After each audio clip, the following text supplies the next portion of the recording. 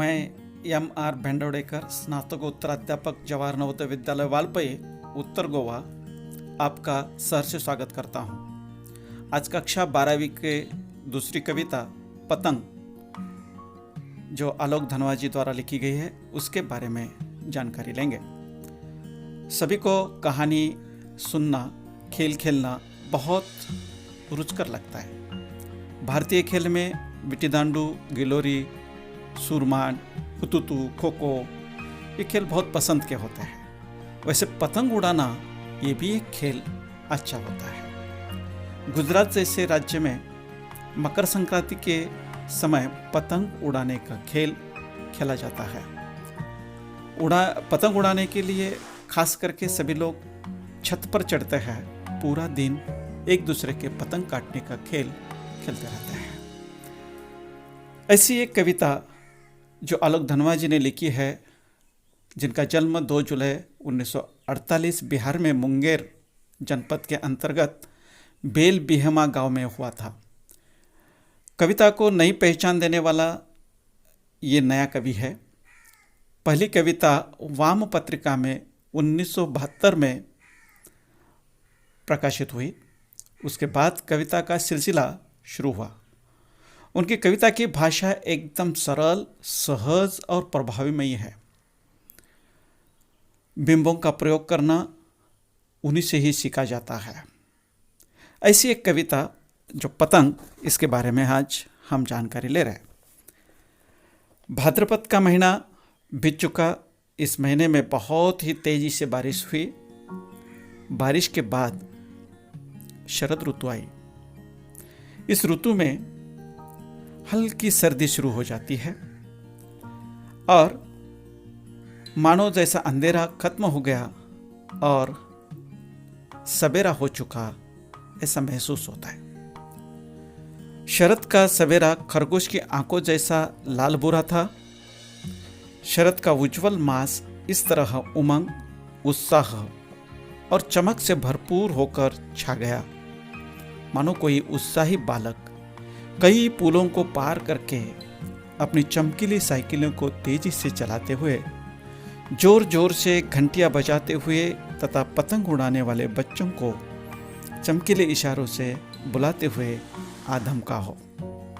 आशा ये है कि शरद ऋतु में चारों ओर उत्साह है, उमंग है, धूप की चमक है, मीठा मीठा शोर है, खेलने के इशारों है और पतंगबाजी की माहौल है। यूं लगता है मानो शरद ऋतु रूपी बालक ने आकाश को बहुत कोमल, साफ और मुलायम बना दिया है, जिसके कि आकाश में पतंग उड़ सके। पतंग दुनिया की सबसे पतली, हल्की और रंगीन चीज है। उसमें लगी बांस की कमानी भी बहुत पतली होती है।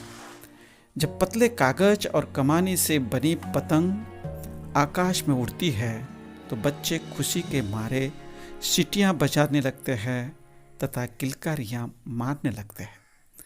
पतंग से भरा आकाश ऐसा प्रतीत होता है मानो यहाँ रंग बिरंगी तितलियों की कोई चलती फिरती कोमल सृष्टि हो।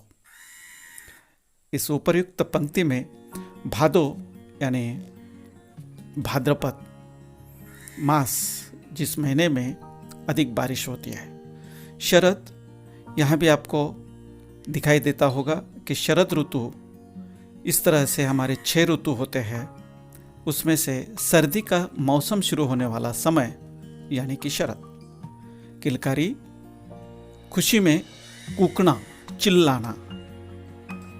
नाजुक यानी कोमल। ऐसा लगता है कि बच्चे जन्म से साथ ही अपने शरीर में कपास ले आते हैं। आशय ये है कि उनके शरीर हर प्रकार की चोट और खरोच को सहने योग्य होती है। उनके पाँवों में एक बेचैनी होती है, जिसके कारण वे सारी पृथ्वी को नाप डालना चाहते हैं। वे मानो सारी धरती पर घूम आना चाहते हैं। उनके जीवन में ऐसी बेहोश मस्ती होती है कि उन्हें धूप, गर्मी, कठोर छत, दीवारें आदि का बोध तक नहीं होता। वे कठोर छतों पर इस तरह दौड़ते हैं कि मानो वे बहुत नरम हो। उनके नरम पैरों से छतें भी नरम होती जाती है। उनके लयपूर्वक पदचाप के कारण सारी दिशाओं में मृदंग जैसा मीठा संगीत गूंज लगता है।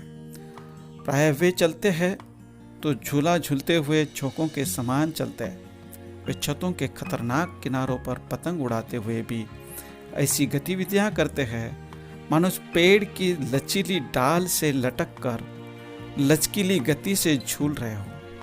इतना खतरा उठाते हुए भी वे बचते हैं तो अपनी रोमांचक शरीर की मस्त लय के कारण बचते हैं। पतंग की ऊपर ऊपर जाती हुई धड़कनें उन्हें गिरने से रोके रखती है।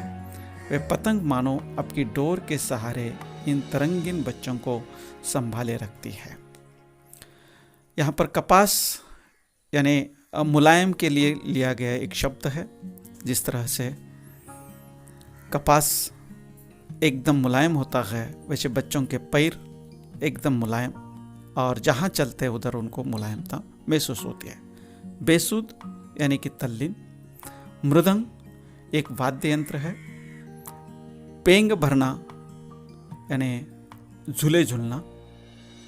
रोमांचित यानी प्रसन्न। महज यानी केवल। पतंग उड़ाने वाले बच्चे मानो पतंग के साथ साथ खुद भी उड़ रहे हैं। वे अपने शरीर के रौंदरों से निकलने वाले संगीत के सहारे उड़ रहे हैं। यूं तो वे कभी गिरते नहीं, परंतु यदि कभी कभार वे छतों से खतरनाक किनारे में नीचे गिर भी जाते हैं और बच जाते हैं तो वे अपने पहले से भी अधिक निर्भय हो जाते हैं। तब वे अत्यधिक उत्साह के कारण सुनहले सूरज के समान प्रकाशित हो उठते हैं। तब वे अपने बेचैन पैरों से मानो सारी पृथ्वी को नाप लेना चाहते हैं। वे सब और घूमना फिरना चाहते हैं। उनका उत्साह कई गुना और बढ़ जाता है। यहाँ रंध्र यानी छिद्र, ये ध्यान में रखिए। इस कविता की भाषा सौंदर्य जो है बहुत ही रोचक है। अलंकारों का उपयोग किया है, जैसे कि खरगोश की आंखों जैसा लाल सवेरा। यहाँ पर उपमा अलंकार। आंखों से सुबह की सवेरे का दोनों का एक जगह पर लाके कोशिश की गई है कि उनके जैसा दिखता है। भाषा पहाड़ी झरनों के समान गतिशील है। उड़ सके क्रिया का आवृत्ति 3 बार हुई है। बहुवचनात्मक शब्दों का प्रयोग जैसे कि सीटियाँ, किलकारियाँ, तितलियों आदि का उपयोग करके कविता में एक रोचकता लाने का प्रयास किया है। शब्द प्रयोग एकदम सरल, सहज और आडंबर रहित है। जोर जोर से ऐसे बार बार एक ही शब्दों का उपयोग करके पुनरुक्ति प्रकाशन अलंकार का प्रयोजन किया गया है। इसी के साथ इस कविता में बिंबों का उपयोग करके खास करके किया है। उसमें 3 बिंब है, दृश्य बिंब, श्रव्य बिंब, स्पर्श बिंब। तो दृश्य बिंब में जैसे कि आप देखते हैं कि दिखने वाला सामने दिखता है, ऐसा लगता है तेज बहुचारे, सवेरा हुआ, खरगोश की आंखों जैसा, पुलों को पार करते हुए, चमकीली साइकिल। उसी तरह श्राव्य बिंब भी है, घंटी बजाते हुए और दिशाओं को मृदंग की तरह बजाते हुए, सीटियां, किलकारियां, तितलियों की इतनी नाजुक दुनिया, इस तरह से। स्पर्श बिंब, इसमें आकाश को इतना मुलायम बनाते हुए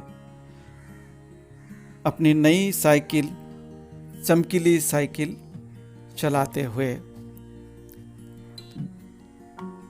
छतों को भी नरम बनाते हुए, इस तरह दृश्य बिंब आ चुके हैं।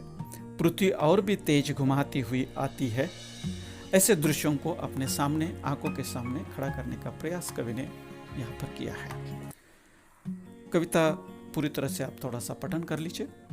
निम्नलिखित प्रश्नों के जवाब अपने भाषा में लिखने का प्रयास कर लीजिए और कविता का आशय भी बहुत बढ़िया से लिखने का प्रयास करें।